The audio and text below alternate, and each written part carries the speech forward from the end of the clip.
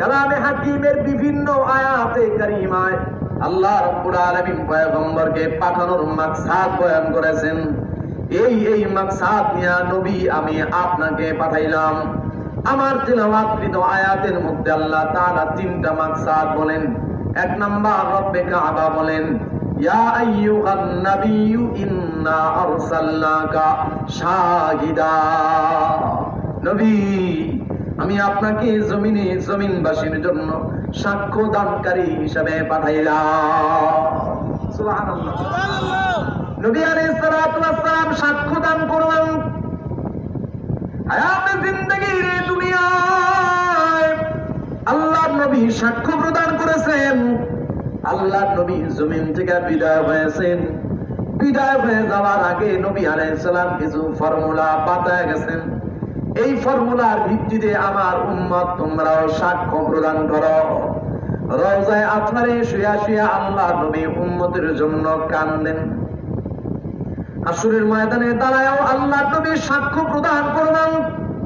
পৃথিবীর জমিনে রব্বুল আলামিন পয়গম্বর আরবীকে সাক্ষ্যদানকারী হিসেবে পাঠাইলেন। আল্লাহর নবী সাক্ষ্য দেয়, রে নওজোয়ান, ওই পুরুষ সম্পর্কে তোমরা ভালো মানুষের সাক্ষ্য প্রদান করো। ওই নারী সম্পর্কে তোমরা ভালো মানুষের সাক্ষ্য প্রদান করো। যে পুরুষকে তোমরা বেশি বেশি মসজিদে গমন করতে দেখো, নামাজ পড়তে দেখো, ওই নারী সম্পর্কে তোমরা সাক্ষ্য দাও। যে নারীকে তোমরা নামাজের মুসল্লায় বেশি বেশি দেখতে পাও, পর্দা পশিদা করতে দেখতে পাও, রোজাদার নারী, রোজাদার পুরুষ। হাত্তাকে নবী আলাইহিস সালাম বলেন, আরশে আযীমের ছায়া ব্যতীত ইয়াউমা লা জিল্লা ইল্লা জিল্লুহু, রব্বে কাবার কুদরতের ছায়া ব্যতীত আর কোন ছায়া যখন থাকবে না, ওই মুহূর্তে রব্বুল আলামিন কিয়ামতের ময়দানে যে মানুষগুলারে ছায়া দান করবেন, ওই মানুষগুলার মধ্যে একটা শ্রেণী হলো ওই নারী আর পুরুষ যারা জওয়ানকালীন সময়টা মসজিদের ভিতরে তাদের কলিজাটা বাইন্দা রাইখা আসছে। নামাজের জায়গায় কলিজা বান্ধা।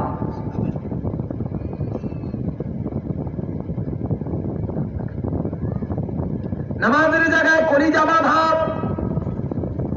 পুরুষরা মসজিদে নামাজ পড়বে, যার কারণে পুরুষের কলিজা মসজিদে বান্ধা থাকবে।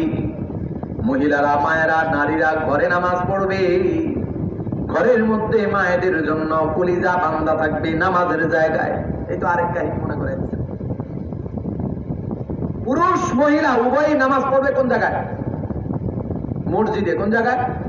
জোরে কল।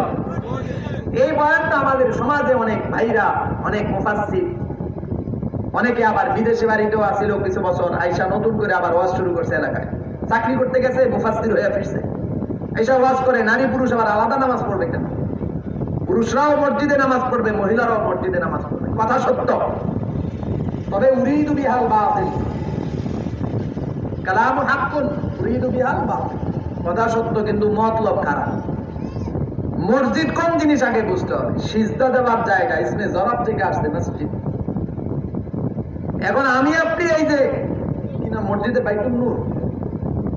বাইতুল নূর মসজিদে আইসা সিজদা দেই, এই জন্য আমার আপনার জন্য এটা মসজিদ। নারীরা ঘরের কোনায় যে রুমটার মধ্যে সিজদা দেয়, ওইটা তাদের জন্য মসজিদ। কথা বলেন। ফিতনার জামানায় নারীরা মসজিদে আসবে না, নারীরা ঘরেই নামাজ পড়বে। ঘরের ওই নামাজের জায়গায় যার কলিজাটা বান্ধা, ফজরের নামাজ পড়ছে, কখন জোহর হবে, জোহর পড়বো, জোহর পড়লাম কখন, আসর, আসর মাগরিব, মাগরিব এশা, এইভাবে এশার পরে আবার ফজর। এটা একটা নিয়ত খালেস। নবী আলাইহিস সালাম বলেন, এই নারী আর পুরুষটা হাসরের ময়দানে আল্লাহ তাআলার আরশের নিচে ছায়া পাবে।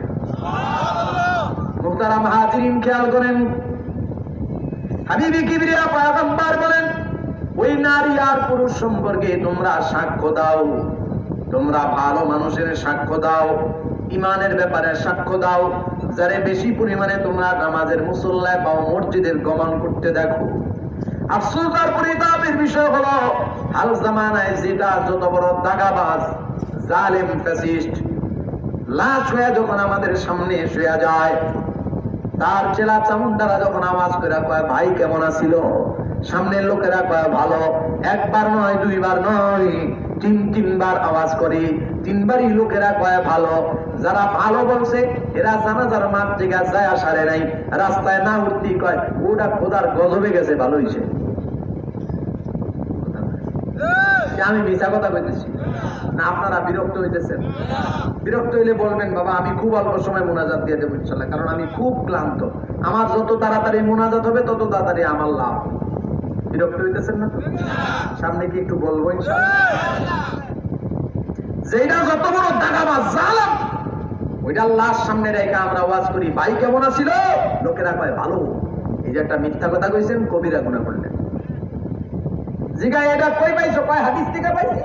সাহাবীর লাশ নিয়ে যাইতেছে, তো সাহাবীরা তার ব্যাপারে ভালো বর্ণনা দিয়েছে। নবীজি বলতে এটা পাস, আল্লাহর কাছে পাস হয়ে গেছে, কবুল হয়ে গেছে। ইয়া রাসূলুল্লাহ কি তোমরা ভালো বলছো, আল্লাহ তাআলা বা তোমার ভাইকে ভালো হিসেবে কবুল করছে।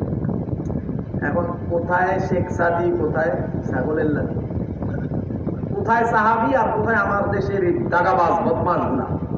হাল জামানা 53 বছর ধরে এই দেশে এরকমই চলতেছে, যেটা যত বড় বদমাশ ওটা তত বড় নেতা। আমি রাজনীতির ওয়াজ করতেছি না, আপনারা মাইন্ড করেন না, রাজনীতির ওয়াজ করতেছি না। রাজনীতি তো কোরআন শরীফে নাই, অতএব রাজনীতির ওয়াজ করবো কেন? একজনে কয় আছে কি রাজনীতি কোরআনে আসেনিও? কেউ যদি বলে কোরআন নিয়ে রাজনীতি করে, ধর্ম নিয়ে রাজনীতি করে, ওটা কাফের সরাসরি। কারণ কি জানেন? ও কোরআনের সব মানছে, কিন্তু রাজনীতি যে কোরআনে আছে এটা সে মানে নাই, অস্বীকার করছে। আর কোরআনের পুরা কোরআন অস্বীকার করা লাগে না, একটা আলিফ বা জের জবর যদি কেউ অস্বীকার করে সে কাফের। আমাদের দেশে তারা কেন এটা করে? কারণ আমাদের দেশে রাজনীতির মানি হলো চুরি, ডাকাতি, টেন্ডারবাজি, চাঁদাবাজি, অন্যায়, অপরাধ, জুলুম, একজনের ঠেঙাও, জায়গা জোর জবরদস্তি করে লেখায় নাও, এই করা ওই করার, বিরোধী দল প্রস্তুত জন্য শাসছে। তা আমাদের দেশে রাজনীতির মানি হলো ঠেঙ্গানো, টেন্ডারবাজি, চাঁদাবাজি। এই জন্য ওরা কয় ঠেঙ্গানো আর চাঁদাবাজি, টেন্ডারবাজি, চুরি, ডাকাতি ওয়াজ হুজুররা করবো কা, হুজুররা এই রাস্তায় আইবো কা। এক হিসাবে ভালোই কয় যে চাঁদাবাজি, টেন্ডারবাজি, জুলুম যা করা লাগে আমরা করবো, হুজুররা করবো কা। এই জন্য মূলত ওরা রাজনীতির ওয়াজ করতে চায় না। আমরা তো আর ওই ওয়াজ করি না, আমরা কোরআন ও সুন্নাহ থেকে বয়ান করি। পৃথিবীর সবচেয়ে বৃহৎ গাইডলাইন, রাজনীতি বলেন আর যাই বলেন, কোরআন। এর উপরে আর কোন কিতাব জমিনে নাই।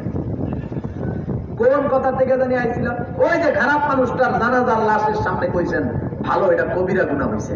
এই ভালো নবীজি বলেন নাই। আদতেই যে ভালো, আদতেই আসলেই যে আখলাক ওয়ালা, নামাজি, রোজাদার, পর্দাশীল, পর্দাওয়ালা, দ্বীন ইমান ইসলাম বুকে ধারণ করে সুন্নাহ মাফিক চলে, আল্লাহ নবী তার ব্যাপারে বলছেন তোমরা তার ভালো মানুষের ব্যাপারে সাক্ষ্য দাও। সুবহানাল্লাহ। মুহতারাম হাজিরিন, হাসরের ময়দানে আল্লাহ নবী সাক্ষ্য প্রদান করলেন। লম্বা আলোচনা হবে বিদায় আমি সেদিকে গেলাম না। দ্বিতীয় নাম্বার আল্লাহ নবী বলেন ওয়া মুবাশশিরা, আমাকে রব্বুল আলামিন সুসংবাদ প্রদানকারী হিসেবে জমিনে পাঠাইছেন। নবী আলাইহিস সালাতু ওয়াস সালাম বলেন পৃথিবীর জমিনে রব্বুল আলামিন যত নবী বা যত রাসূল পাঠাইছেন, সব নবী সব রাসূলকে আল্লাহ রাব্বুল আলামিন কোন নবী রাসূলকে জীবদ্দশায় হায়াতে জিন্দেগিতে পৃথিবীর জমিনে আরশে আজিমে ডাইকানে আল্লাহ তাআলা মেরাজ দান করেন নাই। একমাত্র আমি নবী মুহাম্মদুর রাসূলুল্লাহ সাল্লাল্লাহু আলাইহি ওয়া আলিহি ওয়াসাল্লামকে আল্লাহ ডাইকানেছেন, আল্লাহ তাআলা মেরাজ দিয়ে ধন্য করেছেন। মুহতারাম হাজিরিন, মেরাজ রজনীতে আল্লাহ রাব্বুল আলামিন পয়গম্বর সাল্লাল্লাহু আলাইহি ওয়া আলিহি ওয়াসাল্লামকে জান্নাত দেখাইছেন, জান্নাতের নিয়ামত রাজি আল্লাহ তাআলা দেখাইছেন। এবার জমিনে আয়েশা আল্লাহ তাআলা নবীকে বলেন নবী, যে জান্নাতটা আপনারে দেখাইলাম ওই জান্নাতের ব্যাপারে আপনার উম্মতরে আপনি সুসংবাদ প্রদান করেন। এরপরে নবী বলেন ওয়া নাযীরা, শুধু আল্লাহ মানে জান্নাত দেখাইছেন তা না, রব্বে কাবা আমাকে জাহান্নাম দেখাইছেন, জাহান্নামের ভয়ঙ্কর আযাবগুলা আমারে দেখাইছেন। এবার নবীজি বলেন ভয়ঙ্কর ওই জাহান্নামের আযাবের সম্পর্কে ওরে উম্মত তোমাদের মাঝে সতর্ক করার জন্য আল্লাহ তাআলা আমাকে সতর্ককারী হিসেবে জমিনে পাঠাইছি।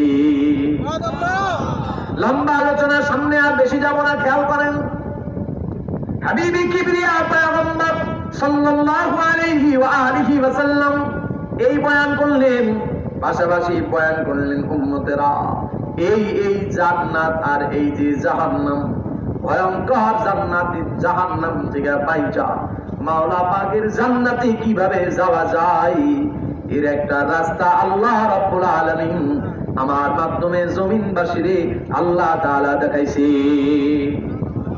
কেমন যেন সাহাবায়ে কেরাম বলেন, নবী লম্বা ডিরেকশন, লম্বা আলোচনা তো সব ঠিক আছে, মাঝে মাঝে কিছু শর্টেরও জিনিস দরকার, মাঝে মাঝে সংক্ষিপ্ত কিছু জিনিসেরও দরকার। এমন কিছু জিনিস বলেন যে জিনিস মানলে পরে আল্লাহর বানানো জান্নাত পাওয়া যায় আর আল্লাহর বানানো ভয়ঙ্কর জাহান্নাম থেকে বাইচা থাকা যায়। আল্লাহ নবী শর্টে একটা বর্ণনা দিয়েছেন, এই কাজটা করলে জান্নাত পাওয়া যাবে, জাহান্নাম থেকে বাইচা যাবে। এই শর্টের কথাটা বলে আমি আলোচনা শেষ করতে চাইছিলাম। আমি কি একটু বলবো? একজন মানুষ যদি উঠা যান তাহলে যিনি আলোচনা করেন তার মনে হয় মাঠের মানুষ মনে হয় এখন বিরক্ত হচ্ছে, এজন্য আলোচকের আর সামনে বয়ান করার কোনো ইচ্ছাই থাকে না। একজনও যদি উঠা যান তাহলে আলোচকের আর সামনে বয়ান করার ইচ্ছা থাকে না। যাই হোক, আমি আপনাদের এই এলাকায় নতুন, আমি এই মহল্লায় বা আশেপাশেও কখনো আসিনি, তো সেই হিসাবে আমি আপনাদের মনন কেমন, যে আসলে কি আলোচনা শুনতেছেন না বিরক্ত হচ্ছেন এটাও বুঝতেছি না। তো তারপর আমি একটু মুখতাসারের মধ্যে একটু শেষ করি ইনশাআল্লাহ, কি বলেন? মুহতারাম হাজির, আমরা তো শর্টে বিশ্বাসী এমন অনেক মুসলমান, কেমনে জানেননি? শর্টে বিশ্বাসী হলো জিন্দেগি ভর নবীজিকে মানে না, নবীর সুন্নত নাই, আদর্শ নাই, আখলাক নাই, কিচ্ছু নাই, খায় বিড়ি, সিগারেট, ইয়াবা, বাবা, দাদা, গাঁজা, এমন কোন অপশন নাই মাদক মানে সামগ্রী যা সে সেবন করে না। কিন্তু 12ই রবিউল আউয়ালে বছরের একটা দিন ও বিশাল বড় মিছিলে গিয়া উত্তান করে স্লোগান দেয়, সকল ঈদের সেরা ঈদ, ঈদে মিলাদুন নবী, এই সে বহুত কাহিনী। তো তারে এই জ্ঞানটা দেওয়া হয়েছে, তুমি সারা বছর যা করো আর না করো, নবীর আদর্শ মানো আর না মানো, রবিউল আউয়ালের 12 তারিখ মিছিলে আসবা তো তুমি নবী মানার সার্টিফিকেট পায়া যাইবা। নাউজুবিল্লাহ বলেন, নাউজুবিল্লাহ। 12ই রবিউল আউয়ালে আপনি মিছিল করেন, মিটিং করেন, আপনার এটা নিয়ে আমার কোনো বাধা নিষেধ নাই। তবে এটা সম্পর্কে আমার দুইটা বক্তব্য। এক নাম্বার বক্তব্য হলো, যারা জশ্নে জুলুসে ঈদে মিলাদুন নবীর মিছিল করেন, গত বছর তাদের মিছিলের সবচেয়ে বড় মিছিলটা হয় চট্টগ্রাম থেকে। সেই চট্টগ্রামের মিছিলের ব্যানারে লেখা ছিল জশ্নে জুলুস প্রতিষ্ঠার 50 বছর। নবীজি আলাইহিস সালাম জমিন থেকে বিদায় হয়েছে 50 বছর হয়েছে, একটু জোরে বলেন। প্রায় 1500 বছর।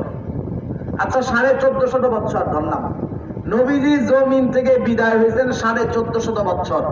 যারা জশ্নে জুলুসের মিছিল করেন বিশাল, আমি এই বিষয় বয়ান করবো না, আমি আমার ধারাবাহিকে চলে যাবো, শুধু শর্টের বিষয়টা বোঝানোর জন্য এদিকে ঢুকছি। তারা নিজেরাই বললেন, নিজেরাই ব্যানার লিখলেন জশ্নে জুলুস প্রতিষ্ঠার 50 বছর। তার মানে নবীজি চলে যাওয়ার 1400 বছর পরে জশ্নে জুলুস প্রতিষ্ঠা হয়েছে। কথা বলেন, এটা তাদের বর্ণনা অনুযায়ী। আপনি সার্চ দেন ফেসবুকে, ইউটিউবে, দেখেন তাদের ব্যানার, তাদের ব্যানার গুলো দেখেন, লেখা আছে জশ্নে জুলুস প্রতিষ্ঠার 50 বছর। তার মানে নবী চলে যাওয়ার 1400 বছর পরে যে মিছিলটার প্রতিষ্ঠা হয়েছে, জন্ম হয়েছে, ওই মিছিলটা নবী মানার মাপকাঠি হয় কেমনে? ওই মিছিলটা যদি নবী মানার মাপকাঠি হয় তাহলে সাহাবায়ে কেরাম তো এটা করেন নাই, তাবেঈন এটা কেউ করেন নাই, হাত্তাকে এই 50 বছর আগে যারা বিদায় হয়েছেন তারাও কেউ করেন নাই, তাহলে তারা কেউ নবী মানেন নাই। এই এক নাম্বার কথা। দ্বিতীয় নাম্বার কথা হলো, আমার দিকে তাকান, আমার 3.5 হাতে বডিতে সুন্নতের কোন জিনিসটার অভাব আছে আমার একটু বলেন তো বাবা। আছে? এই যে হুজুররা এখানে বসায়, মুরব্বী বাবা কাটা, এই যে একজন মুহতারাম বসা, সুন্নতের কোন জিনিসটার অভাব আছে? কথা কয়, কোন অভাব আছে? এই হুজুররা যদি জীবনে কোনোদিন জশ্নে জুলুসের মিছিলে না যায় তো আল্লাহ তাআলা কবরে, হাসরে, মিজানে, পুলসিরাতে কখনোই জিজ্ঞেস করবেন না তুমি জশ্নে জুলুস করলা না কেন। কিন্তু এই যে মানুষগুলা, এই যে আমি, আমার 3.5 হাত বডি, আমার ব্যক্তি, পরিবার, সমাজ, ব্যবসা, রাজনীতি, আদর্শ সব যদি নবীর আদর্শের সাথে না মিলে তাহলে হাসরের ময়দান তো বহুদূর। কবরে মরার সাথে সাথে, কবরে রাখার সাথে সাথে 2 নম্বর এবং 3 নম্বর প্রশ্নটা করা হবে কি হবে না? তোমার আদর্শ কি ছিল আর তোমার আদর্শের মহানায়ক কে ছিল, এই 2টা প্রশ্ন কবরে করা হবে কিনা? তাহলে তোমরা যারা আদর্শের সবক দিলা, শর্ট পথের সবক দিলা, যে 3.5 হাত বডিতে সুন্নত দরকার নাই, দাঁড়িয়ে রাখতে হবে, পরে দরকার নাই, বিবিরে পর্দা রাখতে হবে দরকার নাই, 5 ওয়াক্ত নামাজ মসজিদে গিয়ে কে করে এত ঝামেলার দরকার কি? বছরে একদিন জশ্নে জুলুসের মিছিলে আসো, তাইলেই তুমি নবী মানলা। নবী মানার মাপকাঠি তারা দিয়া দিল। এই যে 3.5 হাত বডিতে নবীর আদর্শ নাই, আখলাক নাই, কবরে যাওয়ার পর কি উপায় হবে? আমি কি বুঝাইতে চাইলাম? আমি বুঝাইতে চাইলাম 3.5 হাত বডিতে নবীর সুন্নাত পুরোপুরি থাকলে জিন্দেগীর কোনোদিন জশ্নে জুলুস না করলেও সমস্যা নাই, কিন্তু 3.5 হাত বডি ব্যক্তি পরিবার সমাজে যদি নবীর আদর্শ না থাকে, জিন্দেগি ভর যদি জশ্নে জুলুসের মিছিল করে উল্টায় পাল্টায় ফেলাও, কবরে গেলে মুগুইরের অভাব নাই। মোহতারাম হাজিরিন, খেয়াল করেন, এমন শর্টের বয়ান আমরাও জানি, কিন্তু আমরা এগুলা করি না কেন? কারণ শর্টে আমল করতে হলে নবী আলাইহিস সালাতু ওয়াস সালামের আদর্শের বিকল্প নাই, লং এ আমল করতে গেল নবীর আদর্শের বিকল্প নাই। যা কিছু করতে হবে আমাদের বাটখারা থাকতে হবে নবীজির আদর্শ, আল্লাহর নির্দেশ, নবীজির তরিকা। আল্লাহর নির্দেশ আছে, রসুলের তরিকা নাই, এমন কাজ মুসলমানের কাজ হবে না। রসুলের তরিকা আছে, আল্লাহর নির্দেশ নাই, এমন কাজও মুসলমানের কাজ হবে না। উদাহরণ, এশার নামাজ আমরা পড়ছি, ফরজ 4 রাকাত নামাজের মধ্যে 4টা রুকু, কি বলেন? এখন আমরা বললাম যে জীবন ভর তো 4টা রুকুই করছি, রুকু করার নির্দেশ তো আল্লাহর আছেই, ওয়াসজুদু ওয়াবুদু ওয়ারকাউ মা রুকু করার কথা তো আল্লাহ বলছেনই, তাহলে রুকু জীবন ভর একটা করে করছি, আজকে 1 রাকাতে 2টা রুকু করব। তাহলে রুকু করার জন্য আল্লাহ নির্দেশ করছেন, রুকু করার আদেশ আল্লাহর পক্ষ থেকে আছে না নাই? কিন্তু নবীজি তরিকা দেখাইছেন, সাবধান, 1 রাকাতে 1টা রুকুই, 2টা করা যাবে না। অতএব নেক কাজ করতে গেলে নবীজির তরিকা করা লাগবে, কথা বলেন। আর বদ কাজের তো প্রশ্নই নেই।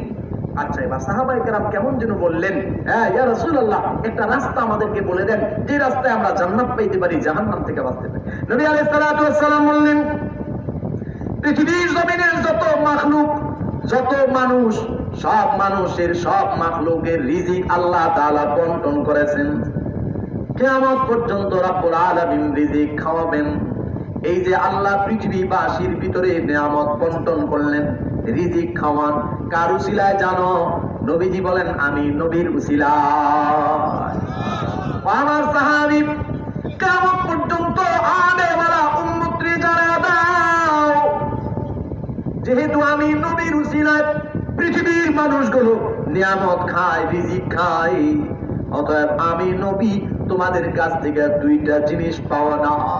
আমি নবীরে 2টা জিনিস যদি বুঝায় দাও, তাইলে আল্লাহর বানানো জান্নাত পাওয়া যাইবা, জাহান্নাম থেকে পাইতে যাইবা। কারণ তোমাদের দেওয়া 2টা জিনিস আমি যখন বুঝা পাবো, তখন আমি নবী তোমাদেরকে একটা জিনিস দেব, যে জিনিসের বদৌলতে রব্বুল আলামিন জাহান্নাম থেকে মুক্তি দিয়া তোমারে জান্নাত দিবে। নবী আরবি বলেন, আমাদের কাছ থেকে কয়টা জিনিস পাওয়া না? হাবিবি কিবরিয়া পয়গম্বর বলেন, 1 নাম্বার, আমি নবী আমার উম্মতের কাছে পাওয়া না, আমি চাই আমার উম্মত আমারে ভালোবাসবি। সুবহানাল্লাহ, এই বেশি কিছু চাইছেন? আল্লাহ নবী বলেন, আমি চাই আমার উম্মত আমারে ভালোবাসবি। রে নওজোয়ান, রে পর্দার আমার বোনেরা, ভালোবাসার জন্য দিবস কায়েম করলাম, ভালোবাসার জন্য রজনী কায়েম করলাম, দিন বানাইলাম, রাত বানাইলাম। ফেব্রুয়ারি মাসটা আইসা সারে নাই, চকলেট ডে, কোলাকুলি ডে, কিলাকিলি ডে, র্যাক ডে, হাগ ডে, ভালোবাসা ডে আছে না নাই? কসম কইরা বললেও হানেস হব না। যার ভালোবাসা ঘরের মধ্যে নাই, ও নষ্টামি করার জন্য বাইরে, নষ্টামি করার জন্য ভালোবাসার দিবস তালাশ করে। শরঈ দৃষ্টিকোণ থেকে সম্পর্ক 2টা, বলেন কয়টা? একটা আল্লাহ, আল্লাহর রাসূল, শরঈ দৃষ্টিকোণ থেকে সম্পর্ক। আরেকটা রক্তের সম্পর্ক, আব্বা আম্মা, ভাই বোন, স্ত্রী সন্তান, পরিবার পরিজন, পাড়া প্রতিবেশী, জমিনে মানুষে মানুষের সম্পর্ক। মুহতারাম হাজিরিন, এই যে ভালোবাসা, ভালোবাসার জন্য শরঈ দৃষ্টিকোণ থেকে সর্বপ্রথম ভালোবাসার হকদার হলো আল্লাহ আর আল্লাহর রাসূল। রক্তের সম্পর্কের দিক দিয়ে যে ভালোবাসা, ওই ভালোবাসা পাওয়ার সর্বপ্রথম হকদার হলো আমার আব্বা আম্মা। আব্বা আম্মার সঙ্গে ভালোবাসার সম্পর্ক নাই, আব্বা আম্মার সঙ্গে আদব লিহাজের সম্পর্ক নাই। যুব সমাজ ভালোবাসা দেখায় ফেসবুকে, ভালোবাসা দেখায় 14 ফেব্রুয়ারিতে, ভালোবাসা দেখায় ফেব্রুয়ারির অন্যান্য দিবসই, এমন ভালোবাসা যদি হয় তাহলে এটা ভালোবাসা নয়, এটা আল্লাহর গজব। অপেক্ষা করো, যে যুবক আব্বা আম্মার সঙ্গে ভালোবাসার ব্যবহার করো না, আদব লেহাজের ভালোবাসার সঙ্গে ব্যবহার করো না, সম্মানের ব্যবহার করো না, বাইরে গিয়া ভালোবাসার জন্য পাগল হয়ে যাও, রজনী দিবস কায়েমের জন্য ব্যস্ত হয়ে যাও, লেখারা কবুলা যায়। আব্বা আম্মার জীবদ্দশায় যদি আব্বা আম্মার কাছ থেকে মাপ চাইতে না পারো, আব্বা আম্মা যদি চইলা গিয়া থাকি, তাহলে এই জীবন দুনিয়াতেও বরবাদ, পরকালেও বরবাদ। হাবিবি কিবরিয়া পয়গম্বর বলেন, আমি চাই আমার উম্মত আমাকে ভালোবাসবে। এরপরে নবী বলেন, দ্বিতীয় নাম্বার যে জিনিসটা আমার উম্মত আমারে বুঝায় দিবি, সেটা হলো উম্মত যদি জবানে জবানে বলে ভালোবাসি, কিন্তু কাজ দিয়া যদি না বুঝায় তাহলে হবে না। কারণ মানুষ, ইন্নাল ইনসানা লিরাব্বিহি লাকানুন, মানুষের মতো নিমুখ হারাম জমিনে দ্বিতীয় মাখলুক নাই, প্রাণী নাই। জোরে বলেন নাউজুবিল্লাহ। নবী বলেন, আমি জানি মানুষের জবানে একটা কয় আর দিলের মধ্যে থাকে আরেকটা, দিলের মধ্যে থাকে একটা, জবানে বলে আরেকটা। এই জন্য আল্লাহ নবী বলেন, শোনো, শুধুমাত্র জবান দিয়া বলবা হবে না, আমি নবী চাই আমাকে ভালোবাসার ঘোষণাটা দিয়া দ্বিতীয় নাম্বার আমারে যে জিনিসটা দিবা সেটা হলো ভালোবাসার প্রমাণ দিবা। মুহতারাম হাজির, খুব দূরের উপরে শেষ করতেছি, খেয়াল করেন। আল্লাহ নবী বললেন, এই দুইটা জিনিস আমারে বুঝায় দাও। এক নাম্বার আমারে ভালোবাসো, আর দ্বিতীয় নাম্বার ভালোবাসার প্রমাণটা আমারে বুঝায় দিবা। বাংলা ওয়াজ সবাই আমরা জানি, বিবি তোমারে ভালোবাসি,